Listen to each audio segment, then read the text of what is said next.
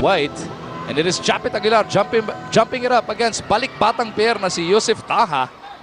Alex Cabagnot controls that leather to open up the action.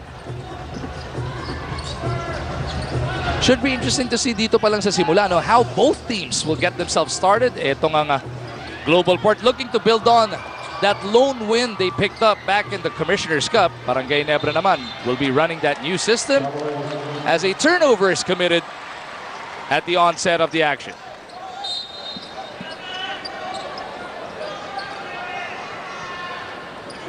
Right away, ito si Alex Cabagnot. Gustong pahirapan kagad si LA Tenorio sa pagdiskarte rito. Kaya si Mark Cagiwa na magtatawid ng bola. They go to their import Z pull-up jumper. Taplis lang sa ring. Gustong tumakbo dito ng Batang Pierre. Cabagnot drops it off. Salvador jumps it out. Hickerson from 18. No good. Slaughter with his first board. Tenorio looking for Cagiwa. Nadulas nga lang yung bola.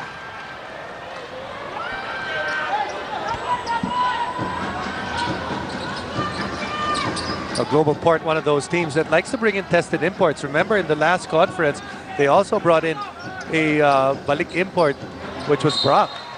Evan Brock, wala ka naman ding maihingi na sa ginawang o sa binigay na performance ni Evan Brock as another turnover is committed here.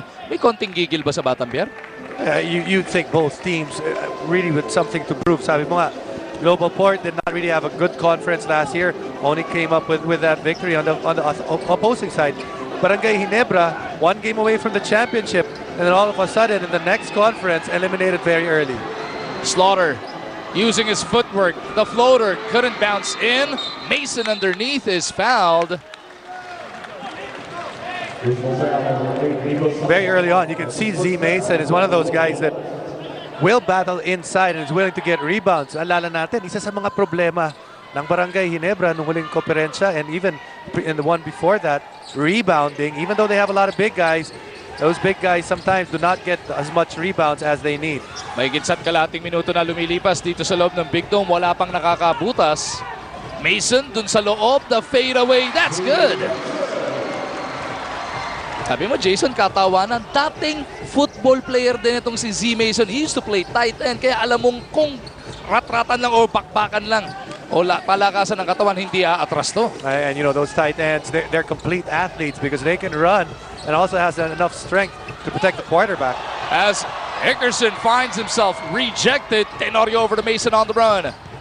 Z stop and pop, 14-footer, no. Taha had a hand on it. Hickerson with a running start. And no other recourse pa mula kay Tenorio kung hindi mamigay ng foul.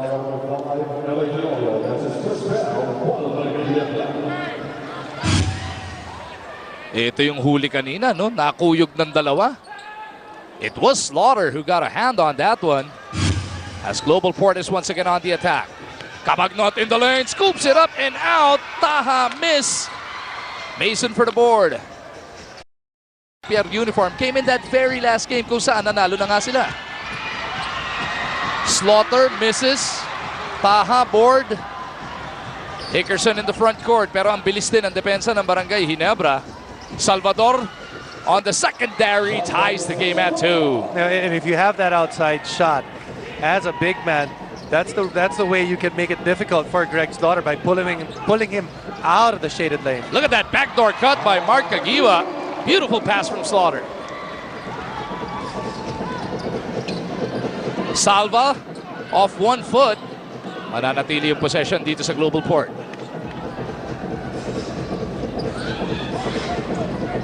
Salvador at the post. Gusto sukatin na itong si Slaughter.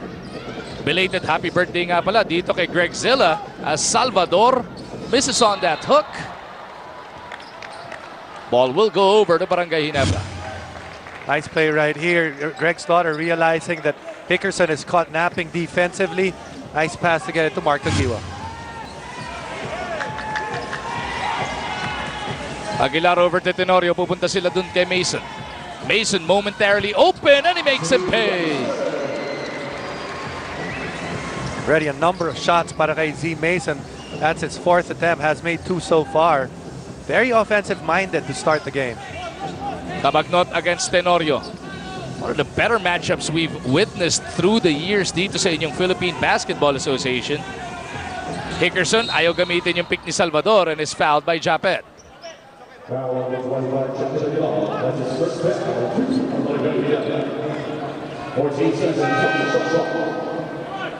Mark Macapagal making his way into this game. Papalitan muna si Nico Salva.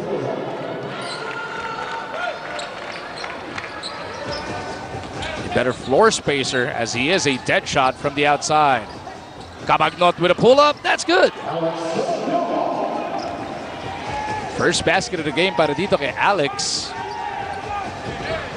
Silang dalawa ni John Dunn ang nakaka-score para sa Batang Pier. See, you can see it's going to take a while for guys to realize how to get to their spots in the new offense of Barangay Ginebra. Japet kicks it out. Tenorio on the run. The floater. Oh, Mason just missed that follow-up jam. And that's the reason why he missed, is he was fouled. See, Mason earns for himself a trip to the line. I was checking out his clip dun sa YouTube. Ang daming ang mga ganyan, mga putback slam at pati yung yung second jump.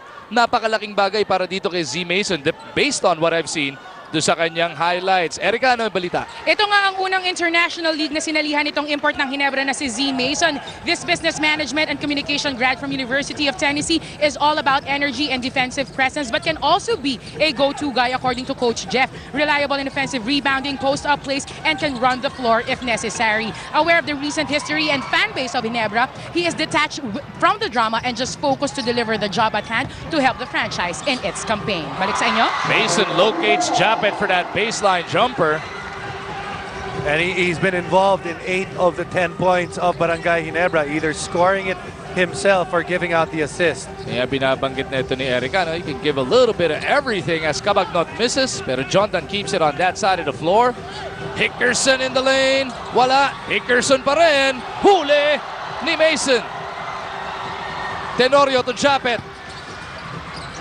Nakita si Greg. Fouled in the act, and Greg Zilla troops to the line for 2 shots. You talk about, everyone's talking about the offense that Jeff might bring to this game, but it's really the defense. He was assistant coach of Sunmig Coffee, which is one of the best defensive teams in the league. You play good defense on one end, you get easy opportunities here. Forced to foul is GlobalPort because of the guys that are moving forward because of good defense. There was a season in college nito ni Z Mason where he averaged 3 shot blocks per ball game. And at 6'5", that's very impressive pag doon ka naglalaro. Yes, and he's 6'5" and he likes to play underneath. So that's the prototypical guy na gustong kunin ng mga PBA teams. Macapagal, the three-point king, sees a crack in the defense and then scoops it up and in. May have been hit in the face on the way in. It's a little shaken up. 5-on-4 sa kabilang dulo. Pero Macapagal recovers enough. Near steal.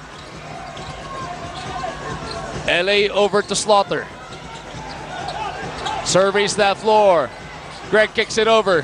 Japet repost to Slaughter. 6 to shoot para sa Ginebra. Slaughter looking for Japet. Play broken up by Washington.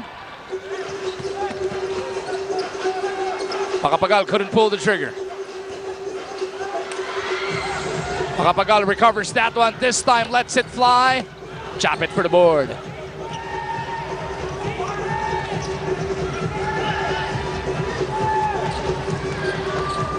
Five and a half remaining dito sa quarter number 1. Slaughter once again gets it over to Mason. Pull-up jumper, 15-footer. Wala. Hickerson rebound. Cabagnot will get it across the timeline.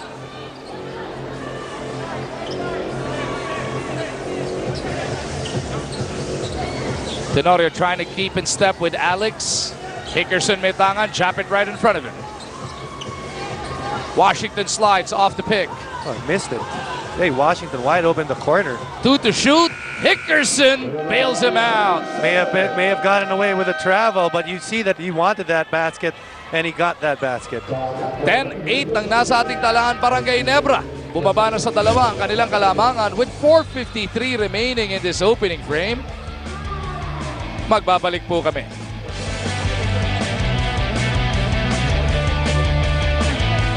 You know, still nangangapa pa rin sila, and you know, they're getting to the right spot. You start off with a high post so that your offense can run a little bit better. You have more options coming from there. Mga kapatid, para maging updated sa latest at exclusive sports news, bisitahin lang ang www.sports5.ph para updated every day. Slaughter breaks the silence para dito sa Ginebra to push their lead back up to 4. Sa kabilang dulo naman, si Jay Washington nakabawi kagad. He had that big recovery for a block kanina. See Jay Washington earlier, makapagal, both really attacking the defense of the import of Barangay Ginebra, trying to test the defense of Mason. Slaughter gets it over to Tenorio. On the run, pinali pa ni Teniente. Kabagnot para sa board. Alex pushes it hard, gets it over to Makapagal. Washington for 3. No go, Ellis para sa board. Sabay niya pumasok dito si JJ Helterbrand.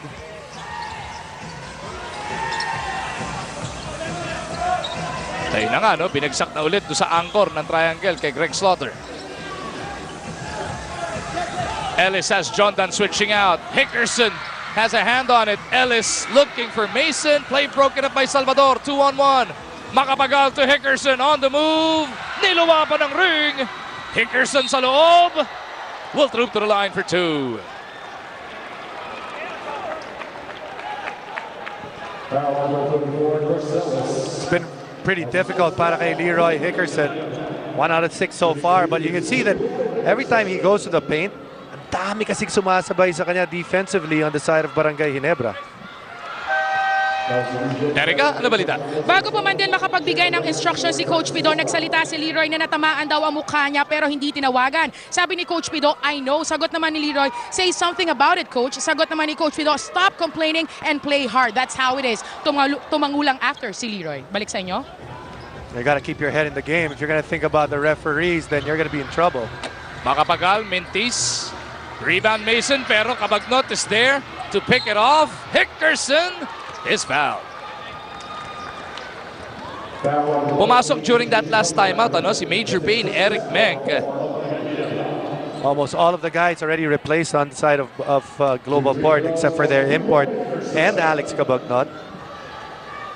Same thing on the side of Barangay Ginebra. Point guard remains in LA Tenorio as well as Mesa. There's going to be a lot of responsibility on the shoulders of LA Tenorio in the sense that he's actually the only guy that has run that offense for a long period. Joshua Bristondo ran it as well with San Mig Coffee, but he was there for barely, just around a year. Hickerson makes that second. Looking at Eric Menk, fit na fit ngayon, si Major Payne. He gets the jump on Reyes sa pagkakataon na yun. Hickerson waiting for that opening. Makapagal, hinahanap si Menk. Fouled by Ellis.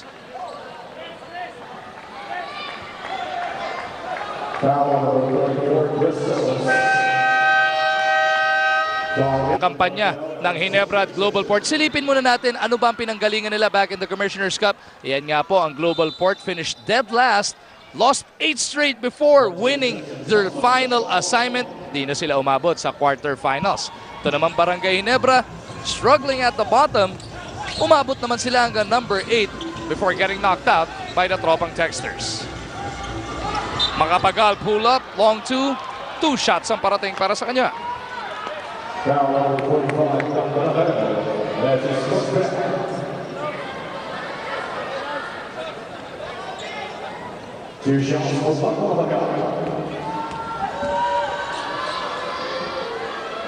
See Coach Jeff Carriazo making sure that he has his import fresh. We already mentioned how their import is actually playing in his first international stint. So you got to make sure that he will be ready by the end of for the end of the game. Yan po, no? 3-6 ang naging record nila noong nakaraang komperesya. Coach Jeff, andyan pa rin yung familiar long sleeves and necktie. O simula, kita mo naman, simula pa lang nakatipid na kaagad ang Ginebra. Hindi na kailangan bumili ng uniforme para sa coach. Pero pagka tinignan mo hanggang sa paa, naka-kicks etong si Coach Jeffrey Carriazo. So he's bringing his own flavor to the game.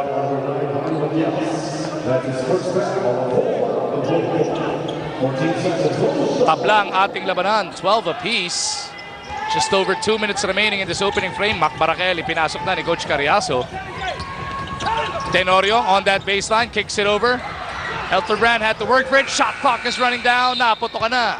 I just want to correct myself. Another guy that actually played triangle for quite a while is Mac Barakel when he came from Alaska before he headed to Barangay Ginebra.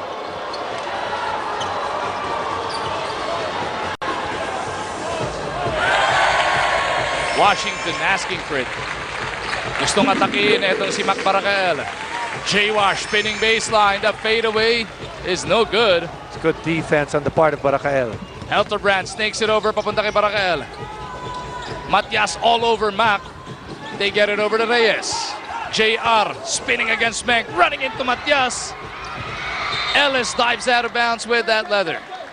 Oh, someone's hurt though. Jay Washington in pain.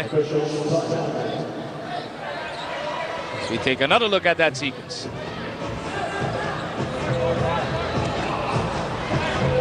Siko ba yung tumama? He did grab his face very quickly. Jay Washington looking for his contact lenses. Of course, Jay Wash is the newest member of the national team pool for the Asian Games. He was named to the 19-man lineup. Kakwentuhan natin siya kanina. Sinasabi niya, he was surprised.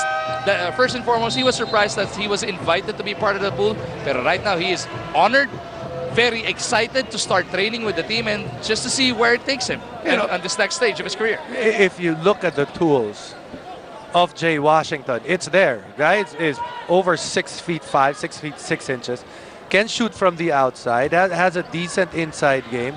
It's just that he has to put all those tools together. Barangay Ginebra already with 7 turnovers. Surprisingly, tabla pa rin ang ating labanan. Dalawa pa lang naman para dito sa Batang Pier. 7 turnovers, pwede ba natin sabihin nangangapa sila sa bagong sistema? Now you could say that, and also remember that they were eliminated in one game in the quarterfinals, so it did take quite a while for them to get together, and then for a while they did not have a coach. Reyes was trying to go to Barakel. Matias whistled for the personal foul. That's his second.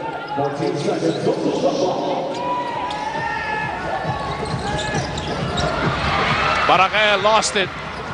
Menk gets it over to Cabagnot. 4-on-5 as Washington is in the backcourt. Matias releases though. Menk is fouled on the rebound play.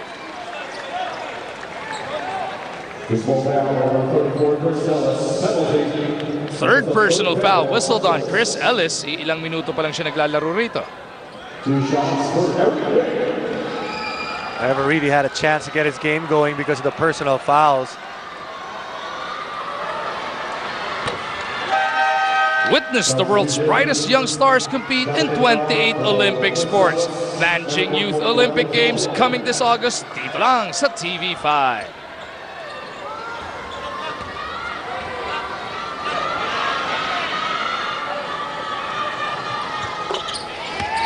Menk goes 2 for 2. Lamang na ng dalawa ang GlobalPort. First taste of the lead para sa gabing ito. Monfort pinasok na ni Coach Jeff. Bumalik na rin dito si Japet. Aguilar had to scamper for it. Pull-up jumper.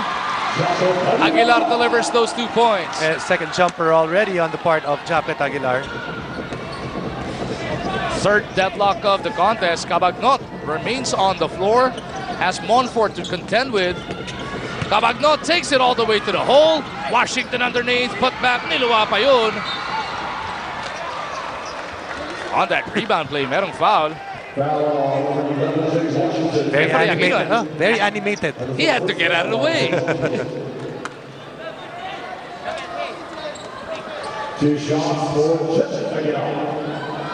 Chapit Aguilar, 2 free throws. Tapos Eric Arejola is talking things over with Coach Pido Harencio. Arar Garcia now on the floor for the first time.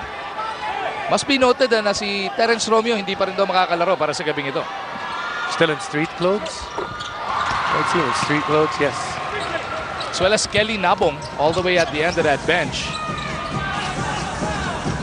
Di rin po nakasuta para sa GlobalPort. Slight differential between the quarter clock and shot clock. Matias almost lost it, does so. Japet on the run. Japet looking for Helterbrand. Yeah, Japet's got to give that up earlier. You give it up, the ball's coming back to you. You give that up 2 steps earlier to JJ. JJ will find a way to give it back to you for a dunk. 4 seconds remaining in this first frame. Menk inside, jump hook, no. And that'll do it for the first 12 minutes of action. What a low-scoring first frame, Jason. 16-14 lang ang ating score. We're not done yet. Referee wants to